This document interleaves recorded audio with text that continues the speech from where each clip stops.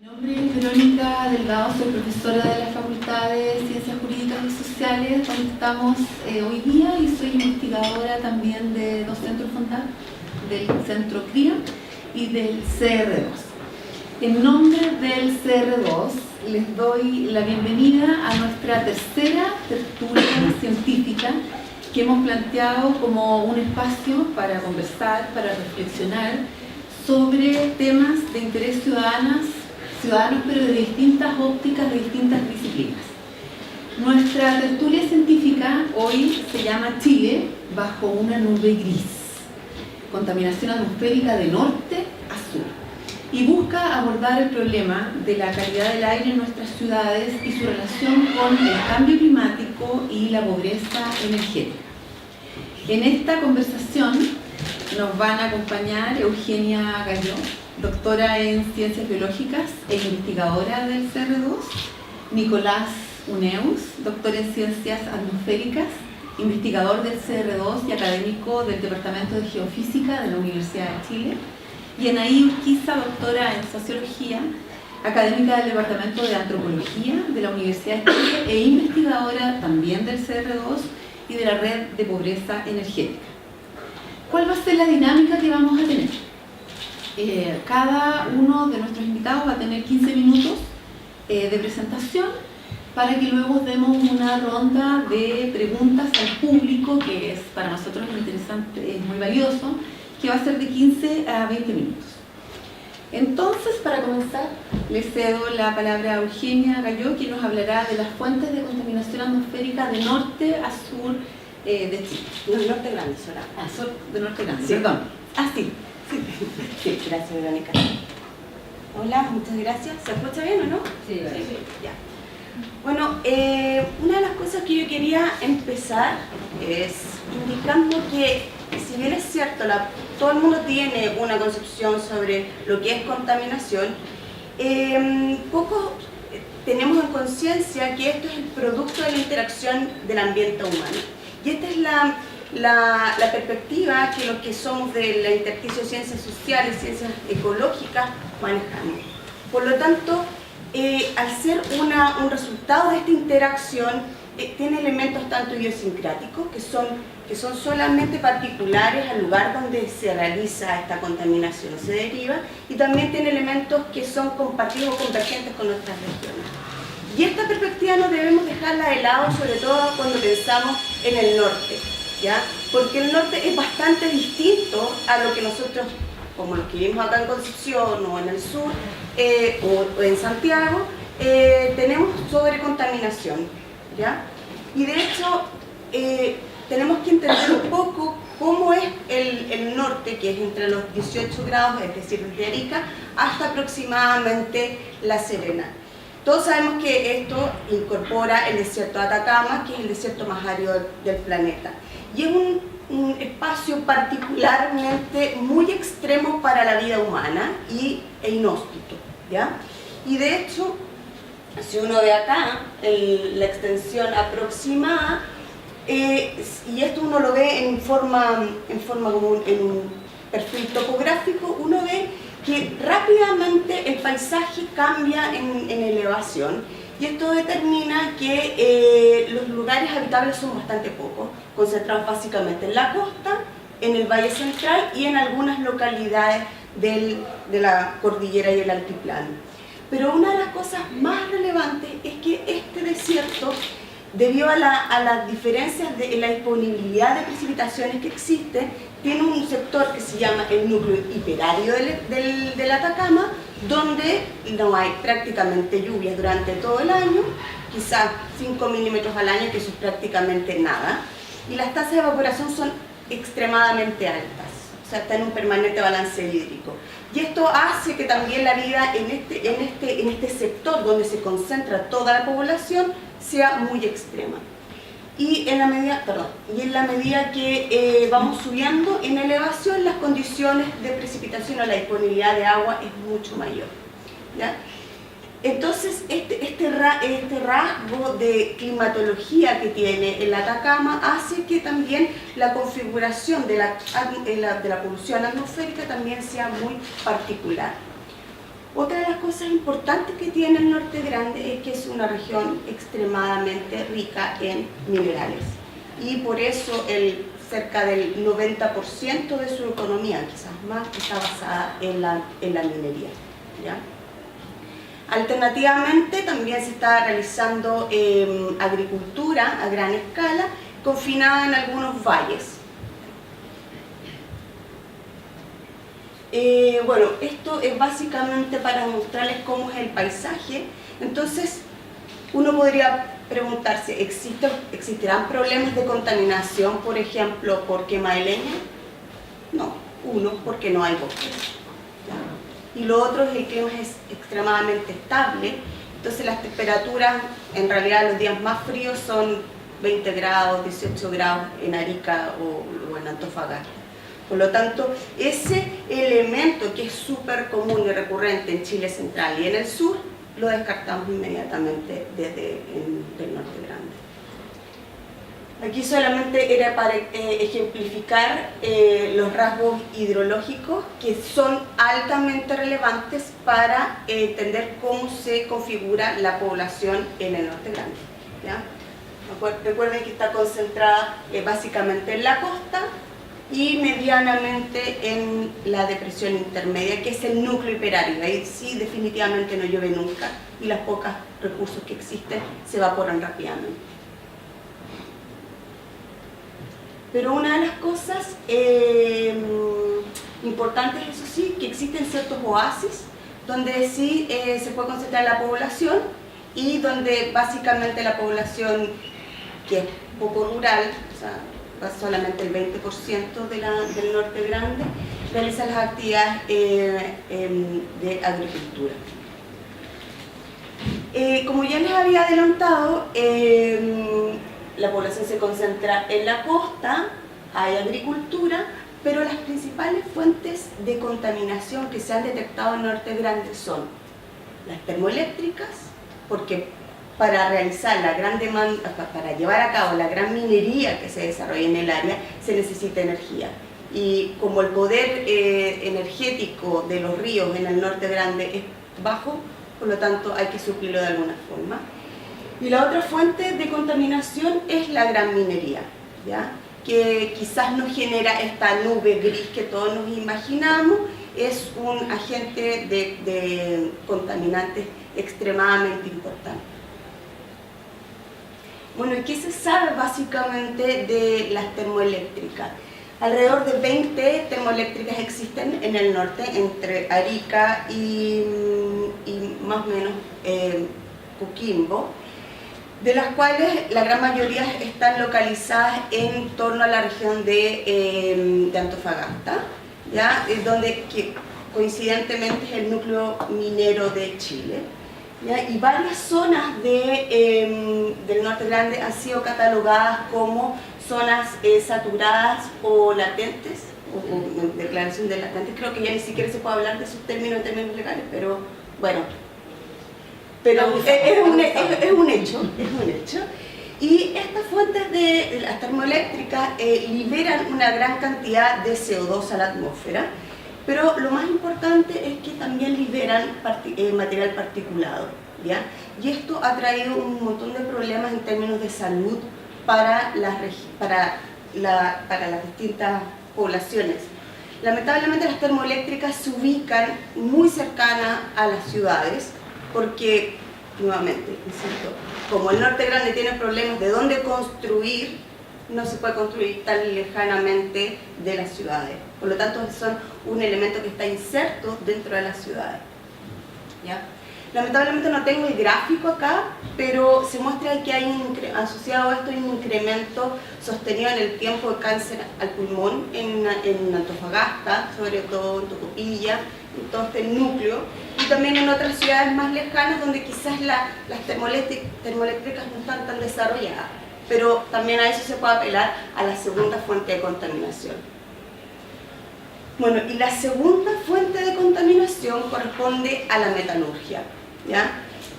La metalurgia no podemos enfocarnos solamente a lo que ha ocurrido en los últimos 20 o 40 años, porque nosotros sabemos, y esto es un trabajo que emerge de las investigaciones del CR2, que en el Norte Grande la emisión de metales pesados derivados de la metalurgia ha determinado un incremento sostenido en el tiempo.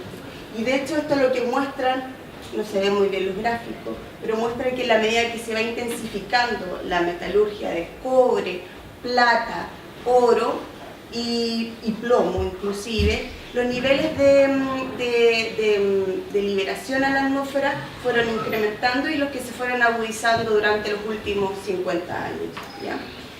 Y en términos de esta perspectiva de la larga duración que estamos desarrollando, vemos también que las mismas enfermedades que actualmente afectan a las poblaciones también las afectaron en el pasado. Es decir, uno encuentra momias con daños pulmonares, o este hombre de cobre que es altamente famoso, que es una momia encontrada in situ con todos sus artefactos de minero, con enfermedades asociadas a la explotación, en realidad a la fundición de plata, prácticamente contaminado completo con plomo, perdón, con mercurio.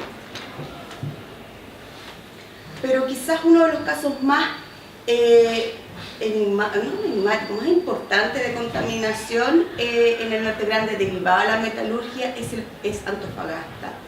Hay distintos tipos de trabajos que muestran que Antofagasta ciudad es una zona completamente contaminada, ¿ya? Y de hecho el trabajo de Tapia, Antofagasta está ahí, ¿okay? Muestran que la polución se relaciona tanto con la acumulación actual de los derivados de metales que se realizan en el puerto, pero también con la existencia de distintas minerías históricas o de minas históricas que han quedado abandonadas dentro de la ciudad. De hecho, este mapa muestra aquí la distribución de las distintas minas históricas que han sido paralizadas, pero que siguen emitiendo por los desechos metales pesados a la atmósfera. Y de hecho lo que se ha encontrado es que el polvo de la ciudad, básicamente el que uno barre o el que se acumula en las distintas superficies de las casas, de los autos, es altamente rico en metales pesados derivados de la polución de la metalurgia. De hecho, existe una correlación casi directa entre más cerca del puerto, donde se apilan los metales pesados, hay mayor concentración de estos elementos y también mayor incidencia de enfermedades en esa localidad. Recordemos que el puerto de Antofagasta está inserto en medio de la ciudad. Bueno, ahí se marcan más o menos los metales y están el arsénico, el cobre, el zinc, y la plata y sobre todo el plomo, que es tóxico. Y acá existe una comparación de cómo es la calidad del polvo que existe en la ciudad de Antofagasta en relación a otras ciudades también consideradas contaminantes. Y cabe destacar que todas estas flechitas, ¿verdad?, indican que Antofagasta tiene mayores niveles que, por ejemplo, Santiago, y en algunos supera Beijing, ¿ya? Entonces no es algo menor, y de hecho este estudio se acompaña con una evaluación de la salud de las personas de Antofagasta, y se ve que el plasma sanguíneo y la orina tienen altos contenidos de metales pesados, o sea, se incorporan rápidamente también al organismo. Y también se hace una relación con la incidencia de enfermedades, inclusive hasta con el cáncer de mama por arsénico. Y otro ejemplo es el que se está realizando también en el marco del CR2, es ver la contaminación dentro de la ciudad también en función a la distancia del puerto y cómo los anillos de los árboles van registrando prácticamente la secuencia de contaminación desde más o menos los años 50 en algunos casos hasta actualmente. Y esto se realizó en árboles ornamentales,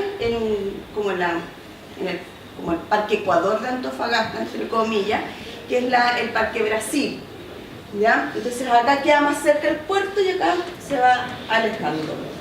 Y lo que básicamente se ve que los resultados con respecto al plomo, hay un incremento en los niveles de plomo a través de todo el transepto que no es muy largo, debe ser como unos 600 metros, ¿ya? Especialmente a partir de la década de 1970, cuando se incrementa el acopio de minerales en el puerto. Para el cobre es sobre todo se detecta un incremento en el sector más cercano al puerto, en este sector. Para el molibdeno lo mismo. Para la plata es más o menos generalizado con un incremento en el año 90. Y para el arsénico no hay una tendencia muy clara, pero hay variaciones. Recordemos que el arsénico es altamente tóxico, pero es un elemento que está asociado también a la metalurgia, pero también es natural, porque todos los pórfidos contienen, por lo menos lo que hay en Chile, contienen arsénico. Bueno, como para ir cerrando, como para ir cerrando, necesariamente nosotros debemos, es una conversación que también hemos sostenido con Nicolás. El Norte Grande no ha sido muy estudiado en términos de contaminación y estamos iniciando distintas iniciativas para esto. Ciertamente las contribuciones de emisiones de CO2 son importantes y deben contribuir al reservorio global y nacional, pero esto es algo que también hay que ir evaluando, ¿ya? No es algo que se haya avanzado en la materia, pero sin duda nosotros tenemos que hacer el esfuerzo para incrementar nuestra visión sobre cómo ha sido la contaminación en el Norte Grande, que es si bien es cierto, concentra solamente el 8% de la población de Chile, tiene la actividad económica más contaminante de Chile y quizás del hemisferio sur, y eso sí se ve reflejado en distintos registros paleoclimáticos. Muchas gracias.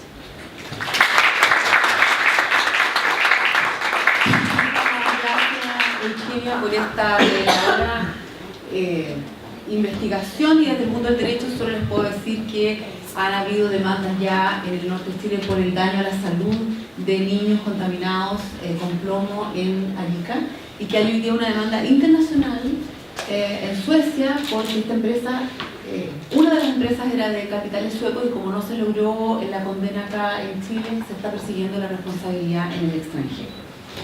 Bueno, para tener ahora un panorama nacional, ahora sí que es de norte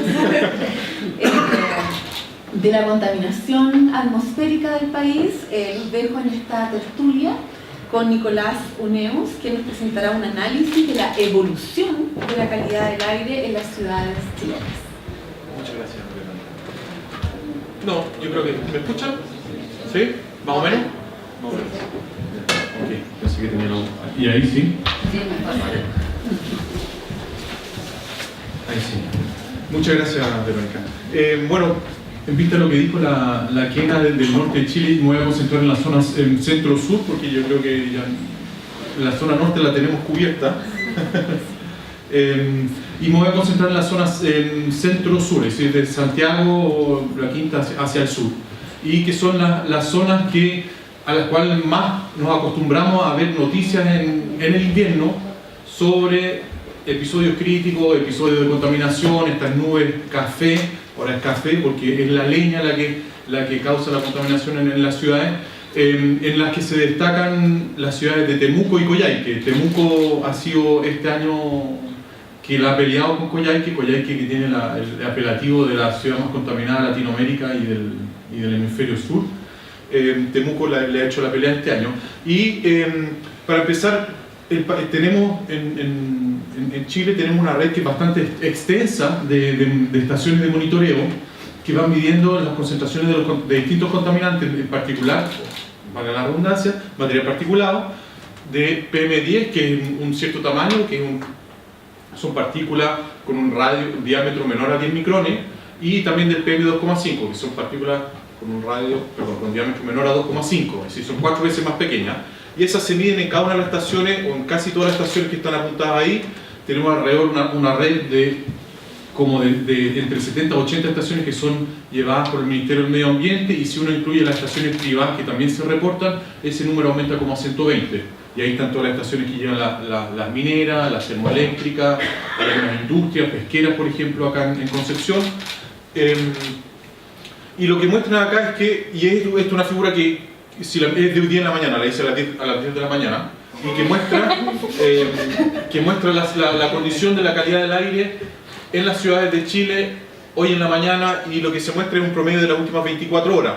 Y lo que se muestra es que, bueno, el norte está verde bueno, así que todo bien, amarillo regular, después viene el naranjo que es alerta, rojo preemergencia y morado emergencia. ¿Ya? Entonces, así a vista primera se nota la diferencia o el bipolo que existe en términos de contaminación entre lo que es la zona norte y la zona sur. En el periodo invernal siempre vamos a tener que esta zona sur está más coloreada.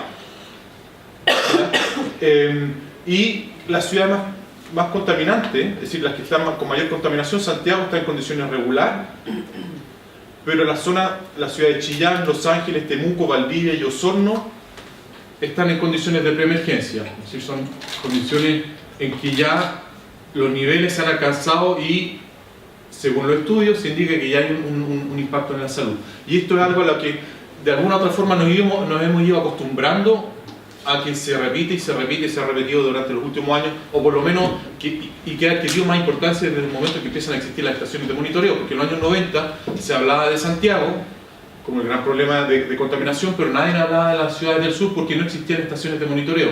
Entonces también pasa un fenómeno curioso de que la contaminación empieza a existir desde el momento en que se mide, ¿ya? Sin embargo, siempre ha estado presente. Entonces también hay un fenómeno bastante interesante. Y también la particularidad que tiene la contaminación en la zona centro-sur, que ya dije, es que está dominada por la leña. Entonces eso hace el problema, por un lado, que es más fácil, porque se conoce la fuente, se conoce cuál es el tipo de contaminación, pero también lo hace más complicado en su solución. Y ahí en eso va a ahondar más la Anaí, porque bueno, ahí va a decir ella más de por qué un problema que supuestamente es fácil, al final de cuentas es difícil de resolver. Pero también tiene el efecto secundario negativo de que, al mismo tiempo, al ser una fuente que está conocida, que es fácil, que se conoce la solución, la postura oficial es, bueno, ya conocemos, ya sabemos lo que hay que hacer, por lo tanto no es necesario seguir investigando, es un problema conocido, con solución conocida, y por lo tanto estamos listos. Empecemos a hacer lo que hay que hacer y listo. Pero al final de cuentas existen dimensiones, tanto científicas como sociales, que hay que seguir investigando, que hay que seguir buscando, porque al final el problema no es si vamos a resolver el problema o no, si lo vamos a resolver, pero lo ideal sería resolverlo más rápido, no en 15 años más o 20 años más, en el cual vamos a tener que soportar los efectos secundarios que esto va a tener tanto en salud como en otras dimensiones. Por lo tanto, es una cosa de doble filo que, por un lado, es fácil, porque se conoce, pero por otro lado, las consecuencias, es decir, cómo se implementa eso, cómo se hace efectivo, es difícil, y por otro lado, tiene el peligro de que el hecho de que se considere fácil inhibe o dificulta el tratar de conocer mejor el problema en su total magnitud. Ahora, la contaminación, la dimensión principal por la cual impactó en la salud, pero además de la salud, tiene también un impacto en los ecosistemas y en el clima. Específicamente, uno de los contaminantes que se emiten en la combustión de biomasa, vamos a decir, o de leña, es el carbono negro, que es un compuesto, que es un material, el hollín, que se conoce como hollín, que es el que le da el color cafezoso a las nubes, o grisáceo en las llamas cuando se quema, cuando se hace fuego. Y es un material particular que tiene la propiedad de absorber la radiación solar, y al absorberla se calienta y calienta su entorno. Entonces, lo que ocurre con ciudades como Santiago, la otra ciudad que se encuentra, no sé, Temuco o Los Ángeles, que se encuentran cerca de la cordillera, es que esas emisiones pueden ser transportadas por ciertos procesos meteorológicos hacia la zona cordillerana y podrían ser potencialmente depositados en la zona de nieve o glaciares.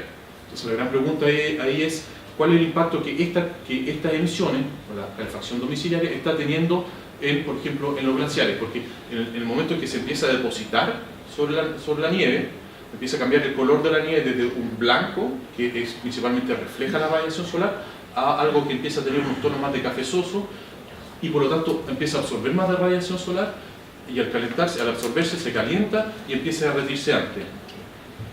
Y eso puede tener como consecuencia que se derriten más rápido las nieves de los glaciares, y se adelanta también el periodo de derretimiento de las aguas, de los glaciares o de las nieves, perdón, lo que puede producir un desfase en la disponibilidad del recurso hídrico, y que puede producir también que eventualmente se acorte el periodo, se acabe antes también el periodo de agua, de derretimiento. Por lo tanto, ahí hay todo un efecto en el clima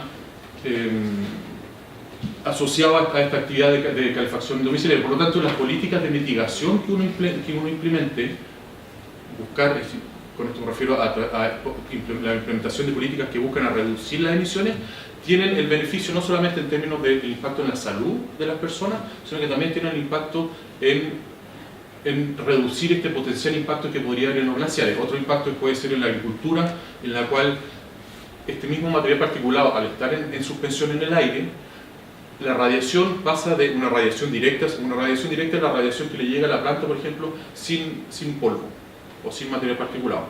Si ahora a esa misma atmósfera le ponemos material particulado, lo que empieza a ver es que empiezan a haber rebotes de los rayos solares con estas partículas, y empiezan a producirse rebotes, imagínense, como espejos que están flotando en el aire, empiezan a rebotar así. Entonces pasamos de una radiación que es directa a una radiación que es difusa hacia la planta, que tiene también impacto en su proceso.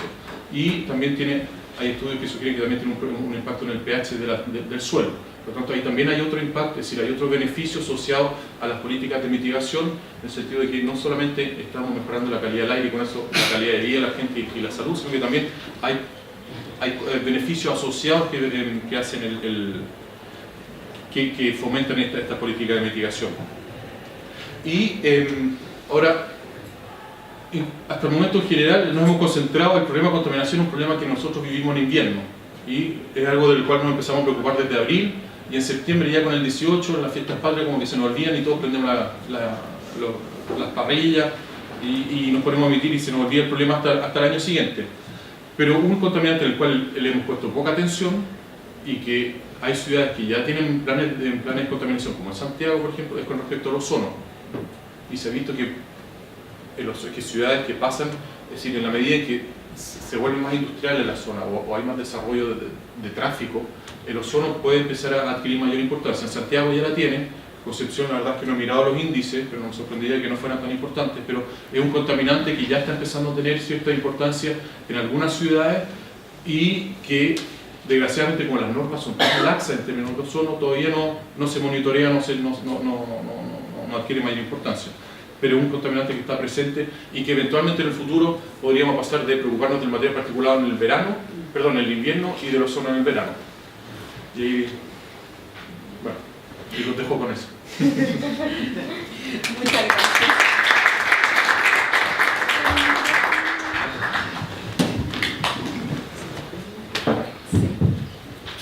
Muchas gracias, Pablo, y agregando el comentario jurídico, les quería decir que estamos elaborando en Concepción el plan de descontaminación para el área de Concepción metropolitana, y que esto lo iniciamos hace 8 o 9 años atrás, cuando declaramos zona de latencia, y fueron tantos los recursos judiciales y la demora ante la declaración de la zona de latencia, que cuando recién pudimos retomar el tema para hacer nuevas mediciones, ya estábamos en zona saturada, y ahora tenemos que hacer un plan de descontaminación.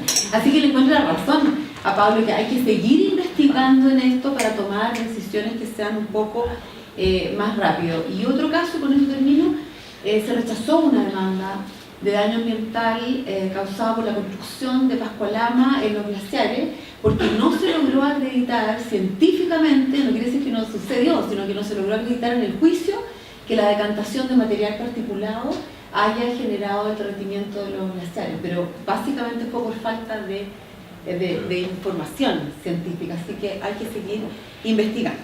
Bueno, y para seguir con nuestra tertulia, ahora Anaí Urquiza nos entregará una reflexión sobre la pobreza energética, un concepto que se instala en el debate sobre el acceso a los servicios energéticos y la calefacción la calidad y en el fondo la equidad que hay en este tema. Para nosotros, pobreza energética es un concepto que nos permite abordar al mismo tiempo desafíos de mitigación y de adaptación frente al cambio climático. Mitigación, por lo que Nicolás recién explicó, que tenía que ver con cómo estos contaminantes se pueden relacionar con en el fondo el empeoramiento del cambio climático, de los efectos del cambio climático, pero además adaptación porque enfrentamos una serie de desafíos relacionados con las consecuencias que tiene el clima, ya sea en eventos extremos, cuáles son los efectos, no sé, en el aumento de la temperatura por las olas de calor o el aumento también de eventos de frío, pero también cómo las condiciones de la población, qué condiciones tiene la población para enfrentar diversas situaciones que están relacionadas con el cambio climático, también tiene que ver con cuál es el acceso que tienen a la energía, cuáles son las condiciones y la calidad de esa energía a la cual tienen acceso. Entonces, por eso nosotros impulsamos un trabajo vinculado con pobreza energética. Y bueno, dentro de pobreza energética hay muchas conceptualizaciones, principalmente vienen desde el norte del mundo, donde estamos hablando de países desarrollados, donde el principal problema era cuál es el peso que tiene en el presupuesto de las familias poder cubrir sus necesidades energéticas, ¿no?, para poder acceder a los servicios que requiere. Sin embargo, en realidades como la nuestra, eso, si solamente hiciésemos ese tipo de análisis, en definitiva estamos cubriendo gran parte de la pobreza energética porque muchas familias no gastan suficiente energía porque tienen otras prioridades. Y además tenemos otro tipo de desafíos que son más relevantes, que tienen que ver con la calidad de la energía a la que acceden. Y ahí está el foco en contaminación atmosférica. Y por eso que vinculamos directamente pobreza energética con contaminación atmosférica en el caso del cerrador. Entonces, nosotros lo primero que hacemos es establecer una definición de pobreza energética para Chile y también para países que tienen condiciones similares. Y desde esta perspectiva lo que entendemos es que pobreza energética se refiere a un hogar que está en pobreza energética, es un hogar que no dispone de energía suficiente para cubrir sus necesidades fundamentales y básicas, considerando tanto lo que está establecido por la sociedad como lo que se define por sus integrantes. Un hogar que tiene esta característica no cuenta con la posibilidad de acceder entre fuentes de energía que sean limpias y que le permita cubrir sus servicios energéticos. Ahora, ¿por qué nosotros hacemos la diferencia entre lo establecido por la sociedad y lo que se establece por sus integrantes? Es porque consideramos que tanto las necesidades energéticas como los satisfactores tienen que ser definidos en las poblaciones en particular, considerando la diversidad cultural y territorial. O sea, no podemos establecer umbrales y estándares para todo el país, porque obviamente, como mostraba Nicolás recién, la situación del norte de Chile, del centro y del sur es completamente distinta, las fuentes son diferentes, pero además los requerimientos energéticos que tenemos son distintos. Para operacionalizar esto, nosotros, porque todavía es una definición muy compleja, lo que proponemos es analizar la pobreza energética dividiendo entre acceso, equidad y calidad, que es lo que mencionaba Verónica. Y si bien nosotros cuando hablamos de pobreza energética hay algunas dimensiones que están muy relacionadas con cambio climático, como por ejemplo, cuál es el acceso que tienen las zonas aisladas de energía en situaciones de eventos extremos, aluvión, etcétera, que tienen que ver también con cambio climático, o qué es lo que pasa con las olas de calor y las islas de calor en las ciudades frente a las predicciones de cambio climático, el aumento de temperatura y los requerimientos energéticos para lograr una temperatura razonable en los hogares, considerando además el envejecimiento de la población y una serie de otras dimensiones. Nosotros hoy día brevemente nos vamos a concentrar solo en lo que tiene que ver con contaminación, que es la dimensión vinculada con calidad de la pobreza energética, porque es lo que nos compete en esta tertulia. Entonces, aquí brevemente quiero que hablemos sobre el tema de la ley, ¿verdad? Cuando escuchamos lo que decía Nicolás y cuando hablamos sobre la contaminación en las ciudades del sur, decimos, claro, el problema es la ley, o sea, es como el factor principal.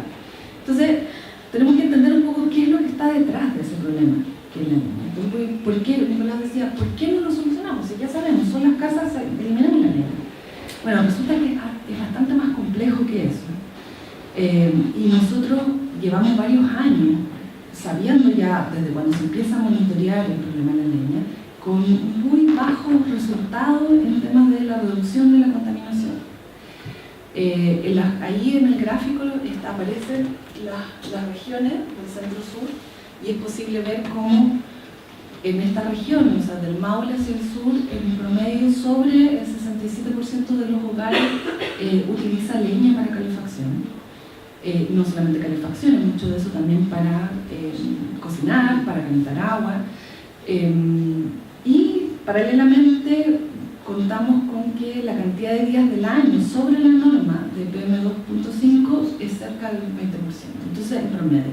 Por lo tanto, claramente tenemos un problema grave en estas ciudades y hemos visto que lo que se ha logrado hacer a través de los PDA en estas ciudades, los planes de descontaminación, solamente ha sido de forma muy limitada porque solo se ha logrado entre un 12 y un 17% de la meta que está establecida para cambiar calefactores, por ejemplo. Hay muchas dificultades para poder hacer ese cambio de calefactores. La otra medida que es importante, que tiene que ver con el acondicionamiento térmico de las viviendas, solamente alcanza cerca de 22.000 subsidios. Y uno dice, bueno, 22.000 subsidios puede ser alto. En realidad es bajísimo en consideración de los millones de viviendas que requieren acondicionamiento térmico. Y podemos ver que el uso de leña residencial solo cae un 8%. Entonces, realmente no hemos sido exitosos en esta medida y por lo tanto estamos enfrentando ciudades que siguen estando completamente saturadas en el invierno. Y esto tiene que ver con un dato muy claro, y es que la leña es 4 veces más económica que otras fuentes. Sí, que medimos no solamente el precio, sino que además la capacidad calórica. Entonces, además de que es 4 veces más económica, hay un tema de acceso. O sea, hay ciudades donde la única posibilidad que tienen para acceder a combustibles para calefacción es leña, no tienes otra posibilidad. Entonces, por lo tanto, aunque quisieras invertir más en la calefacción de tus hogares, no tienes otra alternativa. Entonces, con esto, nosotros decimos, el problema es realmente importante en las ciudades del sur, pero afecta además a poblaciones de manera distinta. Y para eso les traje aquí algunos gráficos donde se ven los datos de la CACEM del 2015, donde podemos ver en las ciudades tan Concepción, Temuco, Valdivia y Coyhaique como ciudades emblemáticas en temas de, bueno, Concepción no tanto como las otras ciudades, pero lo ponemos porque estamos acá en el fondo, pero para que podamos ver la comparación, pero las otras ciudades son emblemáticas en temas de contaminación atmosférica por leña. Y si vemos, por ejemplo, la población rural en situación de pobreza en estos sectores es muy alta, o sea, 30%, 43%,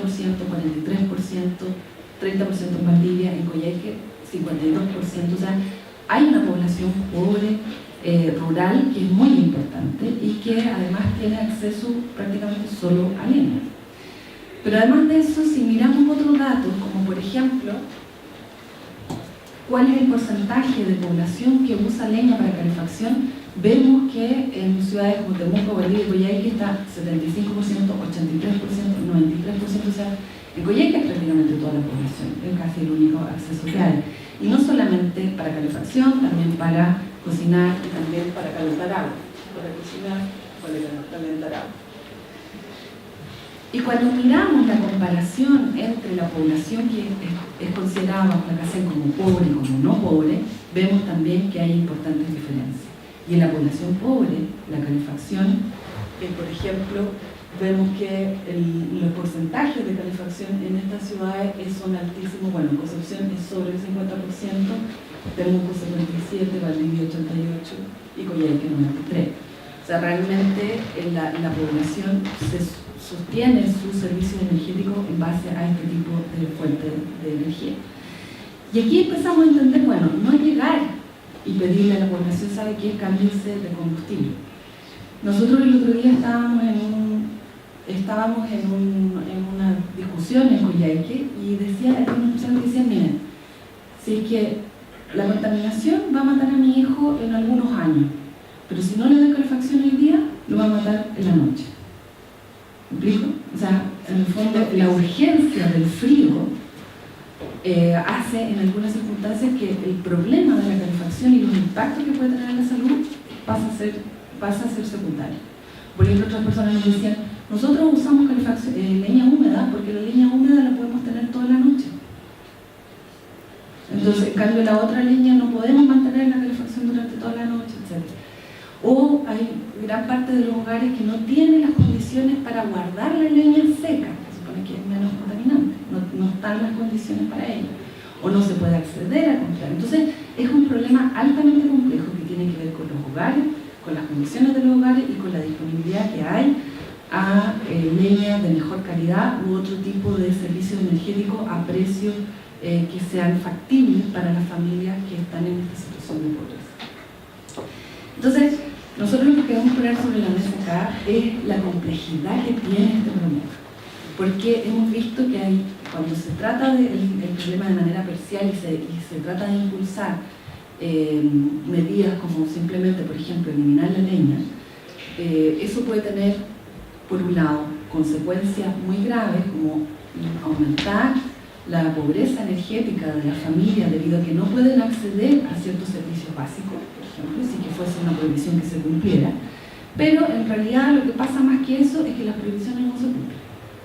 Claro, porque en el fondo existen otras formas, o sea, nosotros sabemos también que hay ciudades donde las mismas personas que están involucradas con la fiscalización para resguardar que se cumplan ciertos estándares, ellos mismos compran o acceden a leña de otra calidad o recogen leña húmeda o usan leña húmeda, porque en realidad no está acorde con las necesidades y las condiciones de esta ciudad. Entonces, desde nuestra perspectiva, por un lado, es fundamental tener una mirada más integral, pero además, porque estamos en un contexto de cambio climático y que necesitamos reducir las emisiones y reducir los contaminantes locales, el foco debería ser principalmente en mejorar la calidad de las viviendas. Porque si mejoramos la calidad de las viviendas, podemos reducir el consumo de energía para los requerimientos energéticos, para mantener los servicios que se requieren, pero además tenemos la posibilidad de utilizar otras fuentes de energía. Porque ya no necesitamos una fuente como la leña que tenga tanto poder calorífico, o si usamos leña podemos usar menos leña seca, etc. Entonces el foco requiere una mirada más integral, una mirada de más largo plazo, donde la inversión esté principalmente orientada en mejorar la calidad de nuestra vivienda. Y ese es un desafío tremendamente complejo. Ahora, nosotros creemos que aquí, al igual como planteaba Kenny y Nicolás, hay múltiples temas que hay que abordar en la investigación, porque efectivamente hay muchas ciudades, por ejemplo, que no están monitoreadas. En la zona de Aysén sabemos que Cochrane es una ciudad que tiene graves problemas de contaminación y todavía no tenemos monitoreo suficiente para poder decir que es una ciudad saturada, por ejemplo, y cuáles son las consecuencias que eso tiene en la salud. Tampoco tenemos estudios suficientes sobre cuáles son los impactos directos que tiene la salud y los costos económicos que están asociados a nivel nacional, que también nos permitiría avanzar en invertir de forma más adecuada esos recursos que cuestan al Estado en los problemas de salud, en mejorar las viviendas que son realmente muy caros en el fondo. Pero además tenemos que entender cuáles son las barreras para eliminar la leña, porque hemos hablado sobre las barreras económicas o de acceso por lo que hay de disponibilidad de fuentes en las diferentes localidades. Pero además de eso, hay otras barreras que son barreras culturales. O sea, obviamente las cocinas a leña tienen una función dentro de los hogares que no hay que dar y reemplazar. Porque además las cocinas a leña cumplen más de una función. No solamente para calefaccionar y cocinar, también calientan agua en muchas casas, secan la ropa, etc. Hay una serie de características de las actividades familiares que están vinculadas a este tipo de fuentes de energía que obviamente no va a ser fácil cambiar, y para eso tenemos que entender esas barreras, ver cuáles son las formas en que podemos avanzar en transformar, en mejorar las condiciones de los hogares y del uso de la gestión del calor, etc. Y hay un elemento que no es menor, y es que varias de estas ciudades tienen una actividad económica importante relacionada con el comercio de leña. Y eso también genera resistencia para hacer transformaciones en el uso de este tipo de fuente de energía. Y no nos referimos a grandes empresas solamente, sino que también a quienes cortan leña, quienes distribuyen leña, y dentro de eso de los canales, del canal de distribución de leña hasta llegar a la generación de leña, hay mucha gente que tiene trabajo, que su actividad económica está relacionada con eso, y por lo tanto también cuando uno cambia ese tipo de fuente de energía también tenemos que ver cuáles son las alternativas que se generan para que eso efectivamente sea aceptado. Y por último, hoy día nosotros tenemos algunos estudios sobre la efectividad que tienen sobre las políticas públicas que hay en el Estado vinculadas a los problemas, vinculadas de alguna medida a algunas de estas dimensiones de pobreza energética. Y lo que hemos visto es que son medidas que están muy segmentadas, que tienen problemas de coordinación entre sí y que además tienen un alcance limitado. Pero tenemos pocas evaluaciones sobre cuál es el real efecto que tiene. Por ejemplo, lo que hay de acondicionamiento térmico, se dice, bueno, tales casas lograron algún nivel de acondicionamiento térmico por los subsidios, etc. Pero en algunos casos sabemos que, por ejemplo, no sé, se cambió una ventana, pero no se mejoró la aislación del techo. Y resulta que la mayor cantidad de calor se va por el techo. Entonces, nos falta mucho conocimiento en cada uno de estos ámbitos para tener mejores políticas que sean más efectivas, que tengan alcances de mayor envergadura y que nos permita mirar de forma integral estos problemas. Finalmente, para cerrar, solamente contarles que nosotros en el contexto de... esto me lo voy a sacar porque solamente si tenemos tiempo hablamos.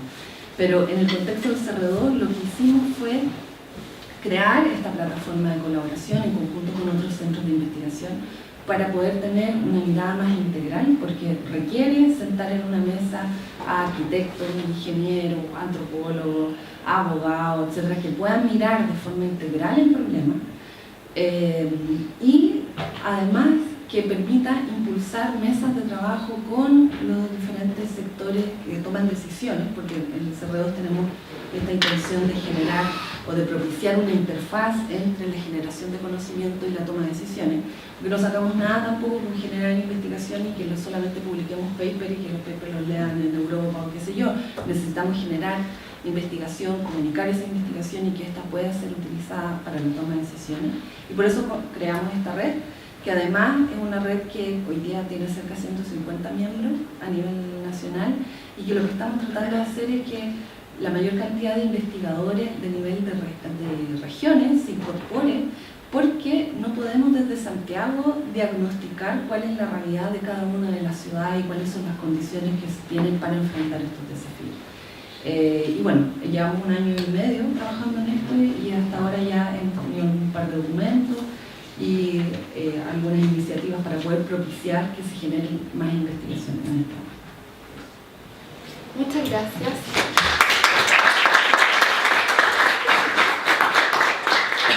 Y para abrir el debate, que vamos a dar la oportunidad para que ustedes también puedan hacer preguntas, pero yo voy a hacer la primera pregunta a nuestros panelistas. Y la pregunta es, ¿cómo podríamos mejorar la resiliencia de nuestras ciudades frente a la contaminación, a la urbanización y a las inequidades, en el caso de los servicios energéticos y de la calefacción? Así que, Eugenia, ¿qué tal? Bueno, en el norte hay iniciativas que se están tomando con respecto a ciertas iniciativas que se están tomando con respecto a fuentes alternativas de energía, como por ejemplo de energía solar y eólica. Y eso está muy bien en ese sentido, porque finalmente podemos quitar la presión que ejerce la contaminación sobre las grandes ciudades del norte grande.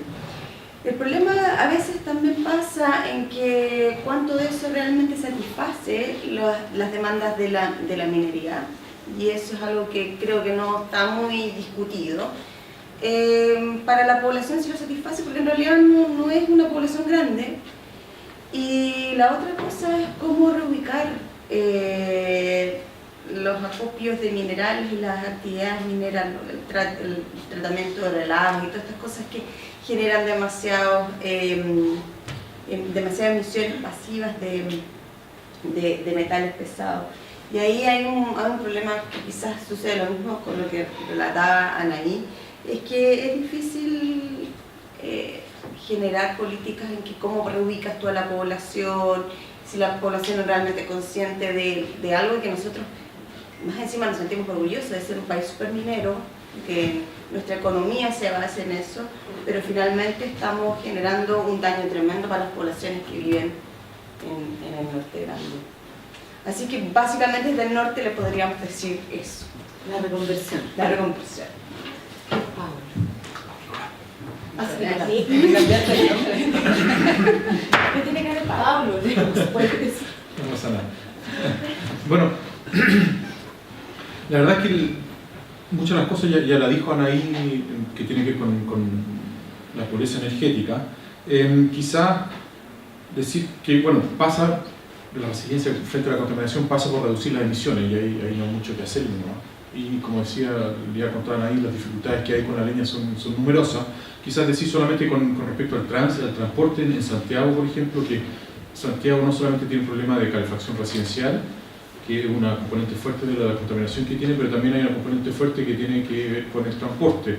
Y en esos casos, la única forma, bueno, y es lo que se está haciendo, es ir pasando a tecnologías cada vez más limpias, que estos son los Euro 5, Euro 6, no sé si han escuchado hablar de eso, que es la tecnología es decir, que indica cuál es el nivel de contaminación que tiene el vehículo.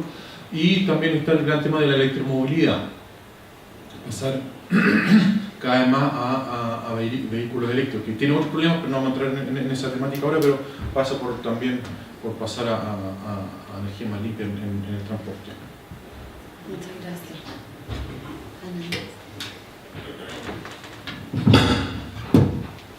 Bueno, yo algo de esto lo adelanté antes, pero me parece que es central entender que cuando estamos hablando de mejorar la resiliencia de nuestras comunidades frente al cambio climático y específicamente en estos temas, hay varias dimensiones que tenemos que trabajar. Y una de ellas tiene que ver con generar mayor conocimiento sobre cómo nos relacionamos con nuestro medio ambiente, cómo nos afecta, y a partir de eso tener las condiciones para tomar decisiones para ir transformando esas características. Y para eso necesitamos trabajar en varios frentes que tienen que ver con educación, pero educación formal, pero también mucha educación a nivel de medios de comunicación, por ejemplo, todo lo que tiene que ver con generar conciencia sobre lo que esto significa. Entonces tiene que ir de la mano generar mayor conocimiento para poder evidenciar cuándo estamos enfrentando problemas, y paralelamente generar mayor educación, pero a la vez establecer estructuras que nos permitan recuperar diversos tipos de conocimiento. Y con esto me refiero que, claro, en el ámbito científico generamos conocimiento de un tipo, pero además, por ejemplo, quienes toman las decisiones en los organismos públicos también generan conocimiento. Y también generan conocimiento y son expertos a partir de sus propias experiencias en esos procesos. Y mucho de ese conocimiento lo perdemos y no tenemos la posibilidad de traerlo, de difundirlo, de compartirlo, para que tengamos miradas más integrales. Pero además las comunidades, o sea, cuando hablamos de adaptación frente al cambio climático, nadie conoce mejor sus entornos ambientales que las propias comunidades, cómo van cambiando, cuáles son las posibilidades que tienen, cuáles son las necesidades que tienen. Entonces también necesitamos generar mecanismos que nos permitan levantar, considerar ese tipo de conocimiento, hacerlos partícipes en la toma de decisiones. Entonces, hay varios frentes en los que tenemos que trabajar al mismo tiempo, y yo creo que cuando hablamos de resiliencia en estos temas tenemos que tener muy claro que estamos hablando de mayor conocimiento y mayor colaboración entre sectores, entre disciplinas, entre la ciencia, los tomadores de decisiones, las comunidades, y cada uno de nosotros tiene un rol en eso. Así que bueno, en ese sentido me parece súper importante este tipo de iniciativas donde tratamos también de dar miradas más complejas, donde nos sentamos de diferentes disciplinas y tratamos de acercar y de difundir lo que estamos generando para poder ir mejorando las condiciones para enfrentar los desafíos que tenemos. Por la complejidad que tiene el uso de la leña, el problema de la minería en el norte, el transporte de la ciudad, etc. Muchas gracias. Y ahora en nuestra tertulia, entonces, ustedes van a tener la oportunidad también de hacerles preguntas a estos investigadores. ¿Sí? Tienes que hablar bien fuerte. Hola. Bueno, Gracias por la oportunidad, Andrea. Más que preguntas, es un planteamiento, un comentario. De hecho, vimos con Nicolás que los índices de alerta hoy día, por ejemplo, en el norte eran bien verdes y hacia el sur más bien naranjos rojos. Y en general, mi planteamiento de allá, la medición a lo largo de todo Chile se hace igual, con los 50 miligramos por metro cúbico, creo que es el tema del PMD. Pero vimos claramente que las contaminaciones son súper distintas.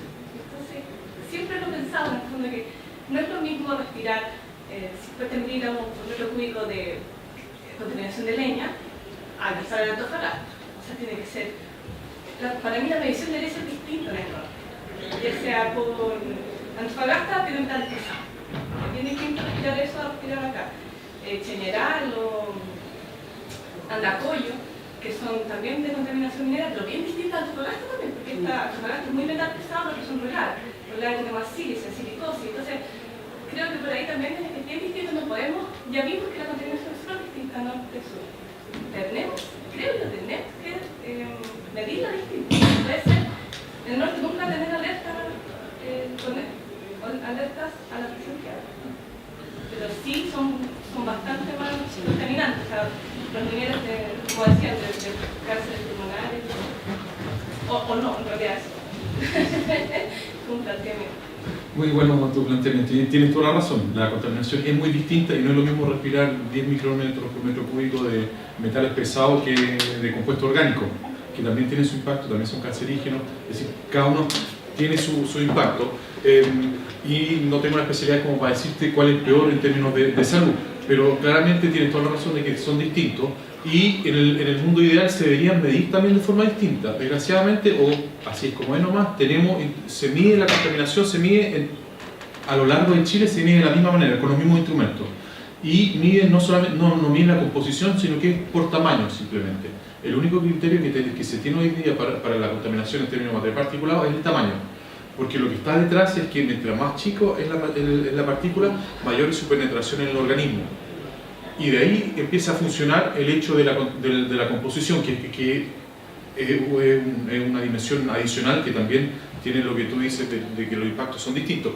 Pero el único criterio que se tiene es el tamaño, ¿ya? Y es una norma para todo el país, es una norma primaria. De calidad. Claro, es que es común para todo el territorio nacional. No hay división en que en zona norte es una norma y en la zona sur es otra norma. Entonces, entiendo a lo que tú vas, pero tiene la dificultad también de que conocer la composición es mucho más complicado que conocer el tamaño. En el sentido de que, en cuanto a las mediciones, estoy hablando no solamente de la parte técnica, medir composición es tremendamente complicado y si tú quieres hacerlo de manera regular, es costoso y requiere un alto grado. No quiere decir que eso no se haga, simplemente que son recursos que hoy en día en periodos de, ¿cómo se dice? Sequía, de vacas flacas. De vacas flacas o de... no, hay otro término, como que no hay mucha cabida. Sí, no, claro que tiene, o sea, no vamos a ir con ficción, pero sí tener límites distintos. Pero en realidad es una idea. Sí, pero no, claro... Tener más alerta al norte. En el norte siempre sale verde, porque no hay alerta, pero en realidad sí está súper contaminado. No hay, los índices van en la altura, pero tú ves las mediciones, no hay alertas de emergencia, porque aunque no están en esos niveles, deben tener niveles más bajos, porque los metales... De alguna forma estamos tratando de solucionar eso con algo súper piloto. En el CR2 un alumno técnico, en realidad un técnico, va a tratar de, con tecnología Arduino, de tratar de medir contaminación de metales pesados, por ejemplo en la cuenca Calama, que es un foco minero importante. Claro, no Antofagasta, pero bueno, por ahí también es algo que también Nicolás ha conversado con el otro Nicolás para poder hacerlo. En general también, pero participación ciudadana, o sea, que ellos también vayan, pero también que no todo genere alerta, porque a veces también en el norte el polvo contiene metales pesados originalmente.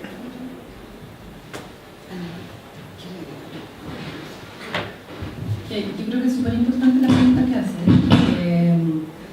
que apunta un poco cuando hablamos de que necesitamos más conocimiento, tiene que ver con que hay tolerancia en el fondo que se establecen, frente a actividades en el fondo que se establece, que se tolera, no solamente tiene que ver con salud, sino que también tiene que ver con cuáles son los criterios que se dice es posible tolerar, podemos poner este umbral acá. O sea, de hecho, el umbral de Chile para decretar preemergencia o emergencia, en comparación con lo que se establece por la OMS, es distinto, ¿no? Las normas anuales son... Sí, son distintas. O sea, acá somos más tolerantes a la contaminación que lo que recomienda la Organización Mundial de la Salud. Y eso también tiene que ver con que si fuésemos menos tolerantes, claro, los costos que hay involucrados son importantes. Y lo mismo sucede con los diferentes, si es que nos pusiésemos a mirar cuál es el nivel de tolerancia que deberíamos tener frente a cada tipo de contaminante, que obviamente deberíamos avanzar hacia allá. Pero hay mucha resistencia para ese tipo de análisis porque son costosos, porque no son populares, porque en el fondo es complejo y se toman desde el ámbito político. Para eso requerimos que una ciudadanía que sea más consciente y que le importen más estos temas y que por lo tanto demande más al contexto político que se tomen decisiones en función de este tipo de requerimientos. Ahora, jurídicamente hablando, las normas de calidad las dicta el Ministerio del Medio Ambiente y son primarias cuando tienen por objeto la protección de la salud de las personas o secundarias para la protección, por ejemplo, del ecosistema de un río. Ahora, esas normas se revisan cada 5 años, obligatoriamente, porque los avances en el conocimiento científico podrían justificar que seamos más estrictos y, por ejemplo, no tan laxos. Y además, las personas que no estén de acuerdo con una norma, como la de calidad primaria, por material particulado, pueden reclamar ante hoy día una jurisdicción especializada que son los tribunales ambientales, que están conformados por 2 abogados con más de 10 años de experiencia en materia ambiental y un ministro científico que viene del área de la ciencia, como un biólogo, etc. Y efectivamente se reclamó cuando el Ministerio del Medio Ambiente empezó a revisar la norma de calidad primaria, el material particulado 10, y se propuso incluir el material particulado 2,5, y finalmente esta norma fue anulada por el Tribunal Ambiental y confirmada por la Corte Suprema, porque si bien se fijaba un estándar más alto respecto al 2,5, porque antes no teníamos norma, se estimó que se estaba relajando la de material particulado 10, y entonces se anuló porque se dijo que en Chile regía un principio que se llama el principio de la no regresión, es decir, que no podemos, al dictar una nueva norma, ir en retroceso a lo que ya teníamos como un estándar, que es lo que tú hablabas ahí. Estamos fijando, estamos decidiendo cuál es el estándar que queremos tener en nuestra calidad de vida. Y se obligó entonces al Ministerio del Medio Ambiente a reiniciar la revisión de la norma de 2,5 y MP10 con participación ciudadana, por suerte, y así se van a fijar los nuevos estándares en el país. ¿Alguna otra pregunta? En relación a lo mismo de lo que hablaba Javiera, hay un estudio de Ana Valdés y el geólogo que trabajó con filtros en Santiago, en distintos sectores de Santiago, midiendo la composición química de estas partículas. Y un dato clave que a mí me quedó muy marcado fue que cuando hay emergencia, no sé si emergencia o qué emergencia, no recuerdo, el contenido de arsénico en estas partículas supera 10 veces la norma de lo que realmente se puede retirar. Entonces, en ese sentido, veo también esa urgencia de, a lo mejor, no medir constantemente la composición química de estas partículas, pero sí quizás cada cierto tiempo, no sé, cada 3 veces al año, 4 veces al año, a modo de tener cierto registro de lo que estamos practicando. Bueno, gracias. No conozco el estudio al que alude, pero en Santiago sí se miden por filtros, se miden por 2 tecnologías las mediciones que se hacen, por instrumentos que miden por principios ópticos la concentración y después también por filtros. Y esos filtros se analiza la composición y hay trabajos que han analizado la composición, cómo ha evolucionado la composición de la contaminación en Santiago. Ahora, hasta donde yo sé, no es lo mismo en otras partes. Entonces, claro, hay una información y hay Santiago, y eso es una característica de Chile, un país centralizado, tiene una red, es la ciudad que más estaciones tiene, que más especies mide también, más contaminantes, y que también tiene esta información de contaminación. Entonces sí, estoy de acuerdo contigo que se necesita más información. Y también a eso apuntaba yo también con el hecho de que se sepa que la contaminación es la leña y que se conocen los responsables de la contaminación. Y dicen, bueno, pero ¿para qué más? Si ya sabemos que es la leña tiene tal composición, existe tal el tipo de contaminante y bueno, eliminamos la leña y tenemos el problema porque vamos a seguir midiendo. Entonces, claro, estoy de acuerdo contigo que hay que seguir midiendo, pero... De toda pregunta no se hace, o sea, solo se mide en Santiago la composición, en el resto de Chile no se mide. Como te digo, yo sé que en Santiago se hace, no sé si se tienen los mismos filtros, no sé si también se mide por filtro en otras partes. Me imagino que en Coyhaique deberían estar empezando o capaz que ya lo estén haciendo. Pero en Santiago yo sé que se hace, no sé en otros lados. Y se tiene un registro largo desde los años 90 hasta la fecha.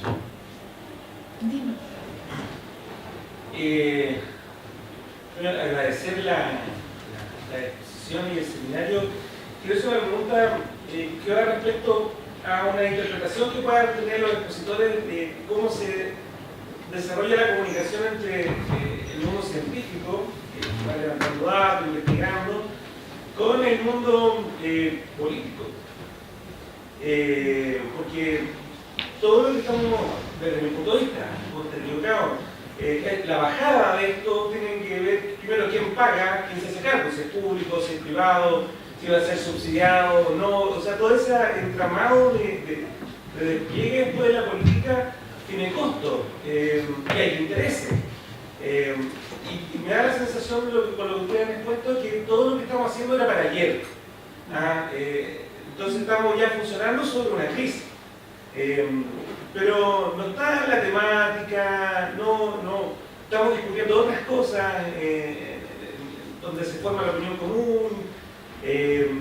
Entonces, quería preguntarle a ustedes cómo es la relación con las municipalidades, con las gobernaciones, cuál es el tipo de diálogo que se da entre la academia y todas estas organizaciones que están impulsando discutir sobre lo que respiramos.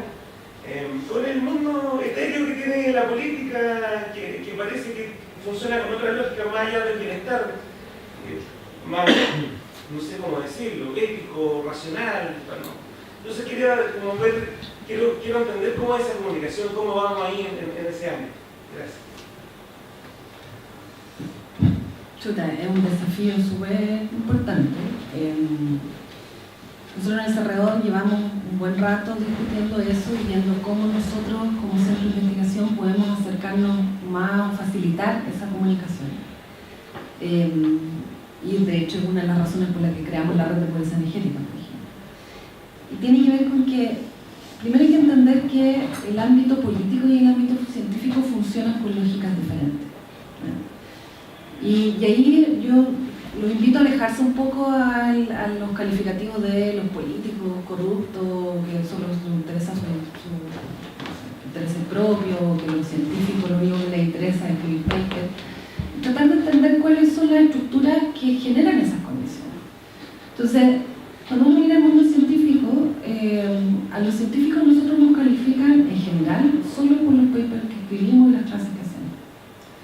Todo el resto de las cosas tienen que ver con iniciativas propias de los científicos o de los centros de investigación que se ponen metas distintas y que tratan de impulsar este tipo de cosas, como por ejemplo en el Cerredor.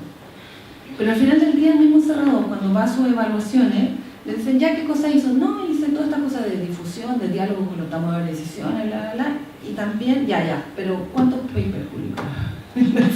Termina siendo eso lo más importante. Bueno, entonces es muy difícil lograr que los científicos dediquen tiempo a difundir el conocimiento, a generar espacios de diálogo con otras fuentes de conocimiento, a sentarse con los tomadores de decisiones, etc. Y para poder hacer eso necesitamos que los incentivos en nuestro país también generen esas condiciones, o sea, que CONICYT contemple mayores incentivos relacionados con estos temas, que las universidades dentro de sus procesos de evaluación de sus académicos consideren también las actividades de extensión o de vinculación con el medio, con otro peso en el fondo, etc. Porque si no, los académicos están todos sobrevendidos tratando de cumplir con sus propias metas en los desafíos que tienen en sus ámbitos de trabajo. Por otro lado, en el ámbito político, también tenemos que entender cómo funciona funciona el ámbito político. O sea, el ámbito político tiene por función generar, tomar decisiones, en el fondo un grupo de la población toma decisiones en general para el país. Y son decisiones que tienen que ver con mantener las posibilidades de vivir en conjunto, de resolver los problemas, etc. Pero el funcionamiento que tiene es a través del mejor modelo que conocemos, que es la democracia, y donde en el fondo, a partir de los votos, se va decidiendo quiénes tienen el poder cada cierto tipo de periodo de tiempo. Una de las consecuencias que eso tiene es que lo más importante en el contexto político es la próxima elección. ¿De acuerdo? Entonces, a pesar de que en los organismos públicos hay gente que tiene muchas capacidades, que tiene gran experticia, que experiencia, buenas intenciones, todo lo que quiera, que está realmente enfocado, tiene esta vocación pública, etc., al final del día se tienen que ver sometidos a decisiones que van con el criterio de si esto es popular o no, si está vinculado con la intención de voto o no de la ciudadanía. Entonces, por eso yo les decía, mientras para la ciudadanía esto no sea un problema importante, para los políticos tampoco lo va a ser. Siempre va a ser secundario a la economía, secundario a la seguridad, secundario, etc. Entonces necesitamos tener una población más educada, más informada, que sea capaz de preocuparse de estas cosas que son de más largo plazo. O sea, que seamos capaces de ir más allá o sea, cubrir el frío de la noche y pensar también en las enfermedades que van a traer en 10, 20 años más el tipo de combustible que estamos utilizando. Y también tenemos que generar estructuras en el Estado que establezcan, que protejan las decisiones de los tiempos políticos, en el fondo. O sea, el tema que tenemos de que hay muchos cargos que van por tiempos políticos que no por experticia, es un problema serio en nuestro país porque hay proyectos, iniciativas que se van implementando, que se van generando, cambia el gobierno y cambian, se estancan, estudios que se levantan o redes. Nosotros mismos, las redes de pobreza energética, por ejemplo, el año pasado establecimos un diálogo con 5 ministerios: salud, medio ambiente, vivienda, energía y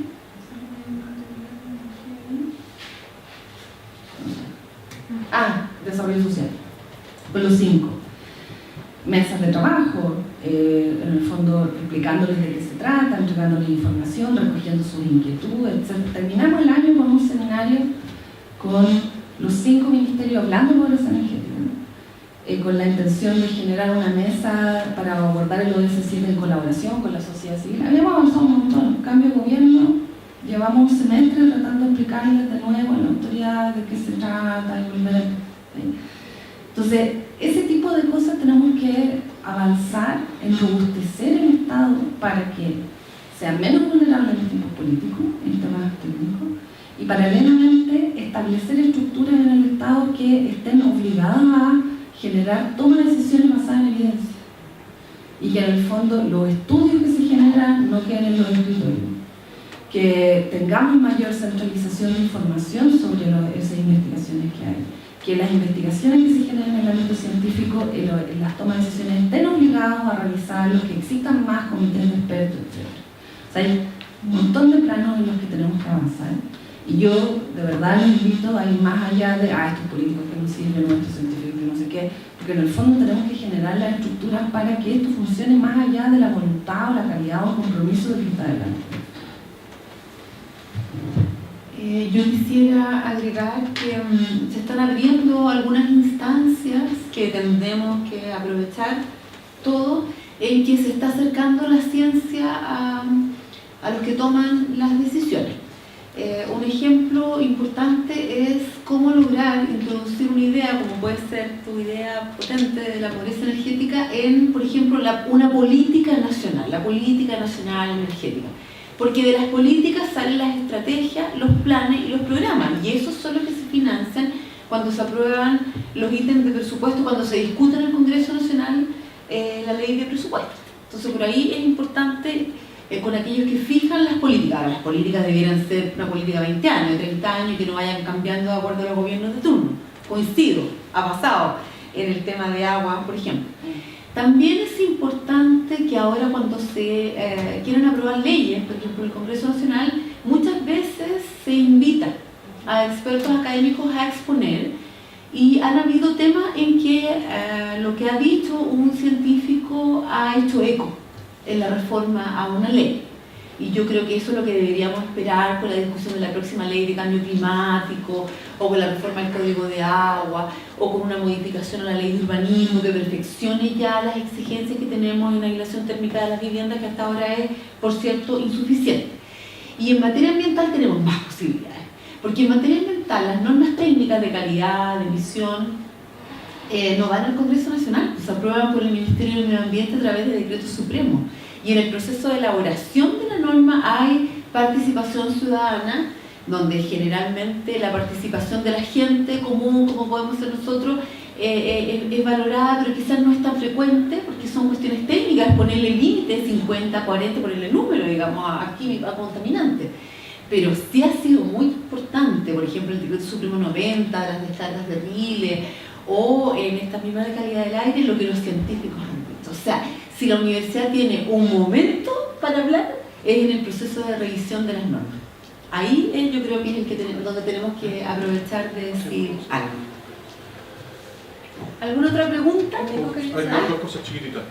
Don Pablo. ¿Quién es Pablo? Claro. Sí, efectivamente, como decía Verónica, claro, en los planes y normas está la opinión, no solamente la opinión de participación ciudadana, sino que también hay una instancia de opinión de expertos, que ahí se invitan a los científicos a participar en forma explícita en la revisión, en la elaboración de las normas.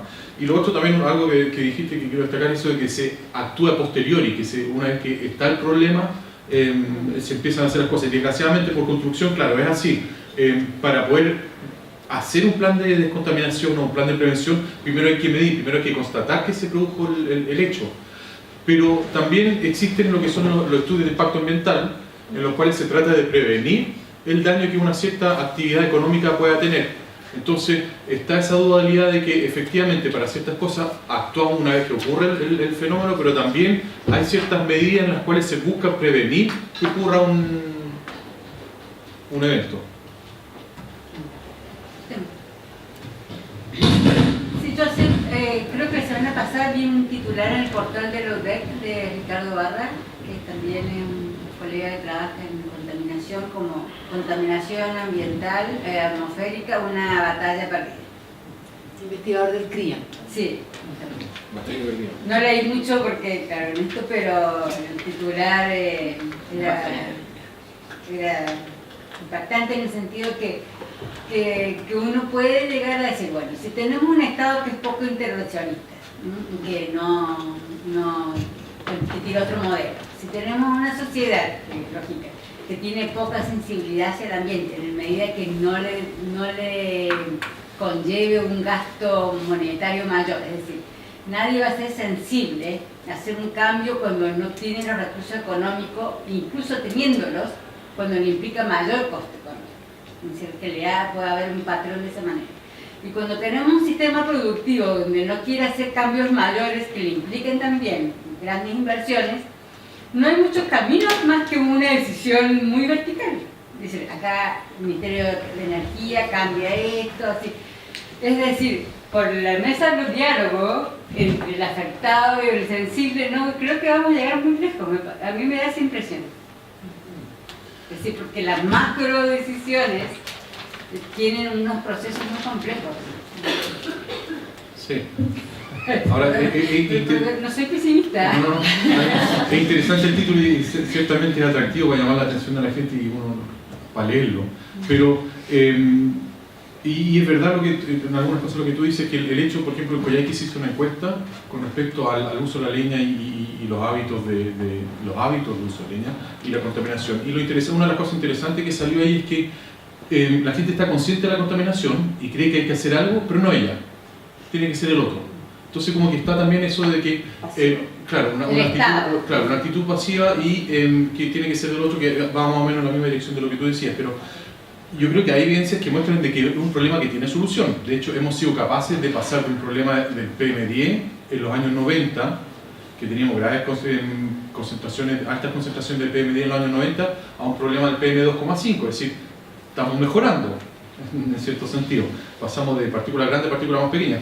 Entonces, es un problema que es complicado por todo lo que dijo la Anaí, pero un problema que tiene solución y que ciertamente, claro, tiene que venir por subvenciones del Estado para incentivar los usos de cambio de leña, calefactores, aislación térmica de las casas, mejoramiento de la tecnología de transporte, y son procesos lentos, pero que claro, que tienen que ir motivados por ciertos incentivos para que se vayan haciendo. Pero ciertamente yo no me atrevería, es decir, yo no diría por ningún motivo que un problema. ¿Cuál era el título? Perdimos la batalla. Perdimos la batalla, no, es una batalla larga, pero que tiene solución.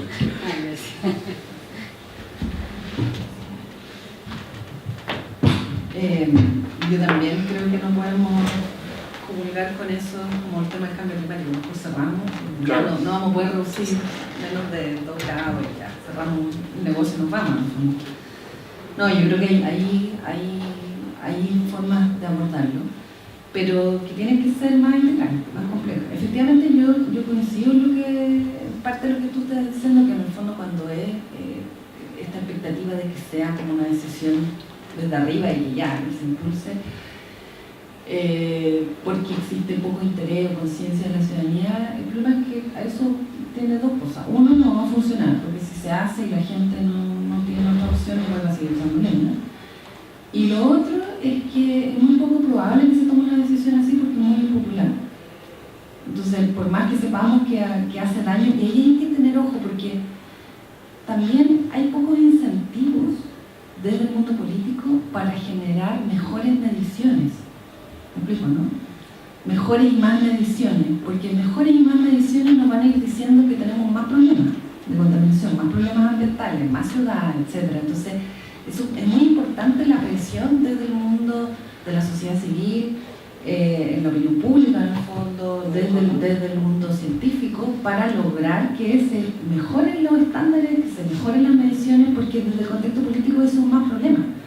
De hecho, con el tema pobreza energética, una de las mayores dificultades, a pesar de que el año pasado logramos instalar el tema, establecer diálogo, etc., es que, por supuesto que no les interesaba medir la pobreza energética, porque si la midiéramos, nos daríamos cuenta que nuestro país es mucho más desigual de lo que estamos dispuestos a asumir. Porque gran parte de la población está expuesta a contaminantes relacionados con esto y además pasa frío. En parte de las investigaciones que tenemos hay un porcentaje importante, cerca del 30% me parece, de los que están relacionados con o que se asocian al sector más pobre de la población, declara pasar frío. Entonces, bueno, claro, el problema es más grande de lo que queremos ver, y desde ese punto de vista es muy difícil que desde el contexto político se tomen esas decisiones sin presión de la ciudadanía y sin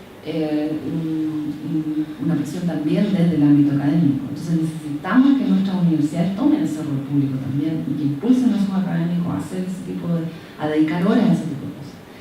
Pero por otro lado, uno dice, también tenemos que conocer cómo la gente toma decisiones que permiten avanzar en este tipo de temas. Si es que la gente tiene más conciencia de los efectos a la salud que tiene la contaminación por leña, por ejemplo, también va a tomar decisiones distintas, si tiene las posibilidades de hacerlo. Porque también hasta hace pocos años la gente decía, no, si aquí la contaminación, no, esto del humo de la leña no hace nada, o sea, era muy común eso, y de hecho hoy día mismo nosotros hacemos entrevistas y hay gente que dice, no, pero si la leña no hace nada, como que no existe esa noción del efecto que tiene en la salud. Entonces por eso es que lo importante es posicionar y difundir ese tipo. Pero además de eso, si tenemos mejores herramientas para calcular, por ejemplo, cuánto es el costo, si mejoramos la calidad de la vivienda, cuánto implica para esa familia en reducción de costos en energía, y que en el fondo es una inversión de mayor plazo, va a existir una disposición mayor a hacerlo. Pero también no solamente tienes que mostrar cuánto implica en reducción de costos, sino que además generar las condiciones para que se haga porque gran parte de la familia no tiene la posibilidad de invertir hoy día, no sé, 2, 3 millones de pesos en mejorar su vivienda, y que eso, no sé, va a recibir el ahorro en 10 años. No, eso no es factible. Entonces, por lo tanto, el Estado tiene que tener un rol más importante. En otros países se ha hecho, por ejemplo, grandes inversiones en España que se han hecho, se han recondicionado, la otra vez leí un número asombroso, eran como 1 millón de viviendas en un par de años que se reacondicionaron, y lo que hicieron que la gente después se los descontaban de los impuestos, o sea, hacían una serie de herramientas para poder mejorar y dar un impulso. O sea, lo que tenemos que hacer es como un salto importante en la calidad de nuestra vivienda en pocos años. Y hay un sector importante de la población que no va a acceder fácilmente a subsidios porque no está considerado ni pobre ni vulnerable, etc., pero que sí tiene viviendas de mala calidad en el sentido de aislación térmica, y va a seguir utilizando este tipo de fuente energética porque no tiene otras posibilidades. Y ese tipo de viviendas requieren que también generemos iniciativas a través del mercado. Impulsar mercados de acondicionamiento de vivienda en las diferentes regiones también podría ser una oportunidad para impulsar otro tipo de mercados locales que vaya reemplazando la actividad económica en el fondo que se puede decrecer por la disminución del consumo de leña. Entonces, tenemos que ser creativos, tenemos que mirar los diferentes ámbitos y las realidades locales de cada una de las ciudades que están involucradas. Yo quisiera destacar un ejemplo súper claro acá en Concepción, o sea, en realidad la comuna de Hualpén. No sé si conocen los edificios de René Schneider, los que están por Colón. Todo eso, o sea, hay varios proyectos que sí acondicionaron las viviendas y la gente sí nota que ha aumentado la capacidad de retención de los departamentos, o sea, eran viviendas sociales de los años 70. Con ventanas, termopaneles, engrosaron todo con extractores de aire, un montón de cambios, y en la población eso, o sea, a cada propietario le costó 50.000 pesos, ¿ya? Y es algo que es pagable, en términos razonables para alguien que a lo mejor no tiene mucho, pero de todas maneras sí ellos están sintiendo que eso les trajo una ventaja enorme, y esto la comuna lo tiene bien, tiene varios proyectos para esto, entonces igual es algo que hay que destacar, porque parece que no ocurre en todas las comunas. O sea, creo que Talcahuano lo tiene, no sé si Concepción.